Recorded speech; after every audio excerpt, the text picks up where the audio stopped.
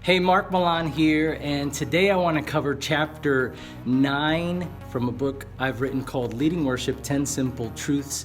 One of my favorite topics in the whole book. It's called Servant Leadership. I want to read you a scripture from it, and then I want to share just stuff from my heart on this topic. I really love talking about servant leadership, and then I want to leave you with a couple of questions. So let's jump in right away. The passage I chose to kick off the chapter is Romans chapter 12, verse 8, and it says this: "If your gift is to encourage others, be encouraging. If it is giving, give generously. If God has given you leadership ability, take the responsibility seriously. And if you have a gift for showing kindness to others, do it gladly." What is servant leadership? Well, I'll mention a few names to you that I think are great resources for you if you want to study this. Ken Blanchard is one of those names and one of those leaders who for years has been providing not only books but trainings and things on YouTube that you could look at. Patrick Lencioni is another leader who talks about it quite often. And one of my favorites, John Maxwell, talks about servant leadership quite a bit. The idea of servant leadership, can it coexist? Can a leader be a servant, and can a servant be a leader, right? That is the question. And I think the idea of leadership in our culture is based on title. If a person has a position in a company, that makes them a leader, but that's not true.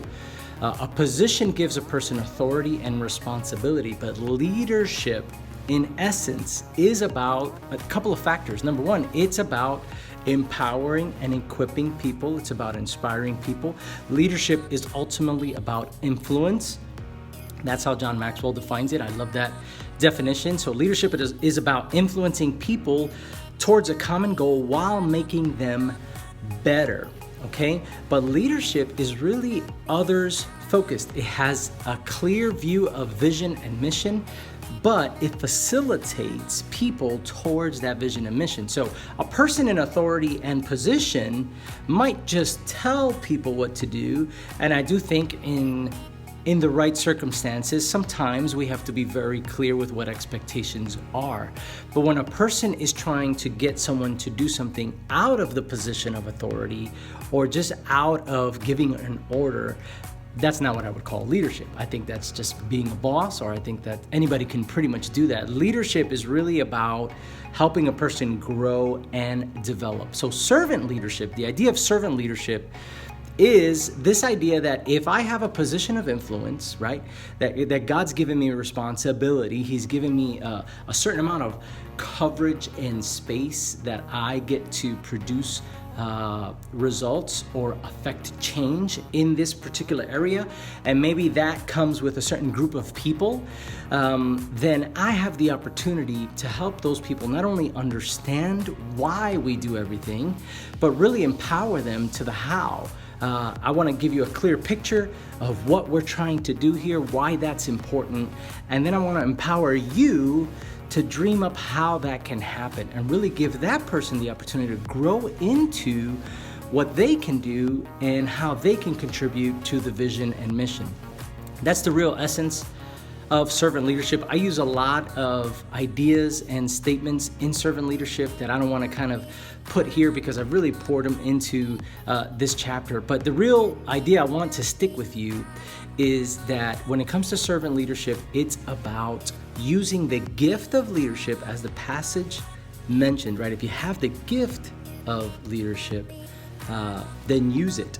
Use it to serve others. And I think the gift of leadership comes with insight, looking ahead, thinking beyond the current moment, having the margin to keep everybody focused on what's before them, not just in what we're involved in right now. And I think that's real servant leadership, when we can help a team succeed. How are you doing with this? What are you struggling with? How can I help you come out of this? And you pretty much meet the needs of your team based on where they are, as opposed to forcing your team to meet the needs of where you are. That's really what servant leadership is all about, helping people grow and helping them to achieve all that they are capable of achieving while moving everyone towards the vision and mission of the organization. So here's a couple of questions for you as I close the thought here on servant leadership. Number one, do you desire to be in charge, or are you more concerned about caring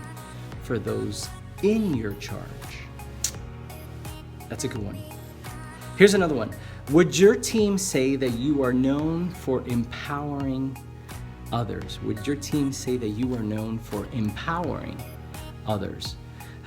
These are some things that should hopefully cause you to reflect a little bit and kind of go back and say, I'm not sure. I think when we are in a position of influence, like I said earlier, and we have an area of responsibility, it could be tempting to do everything ourselves. It could be tempting to think that I have to do everything myself. And really, leadership is not about being in the details. It's about helping everyone understand what needs to get done. And really, the leader helps everyone stay focused on which details matter most. I've always said that a great leader doesn't have all the answers. A great leader knows how to ask all the right questions. So I hope this helps you in your journey as a leader and as an influencer. Until next time.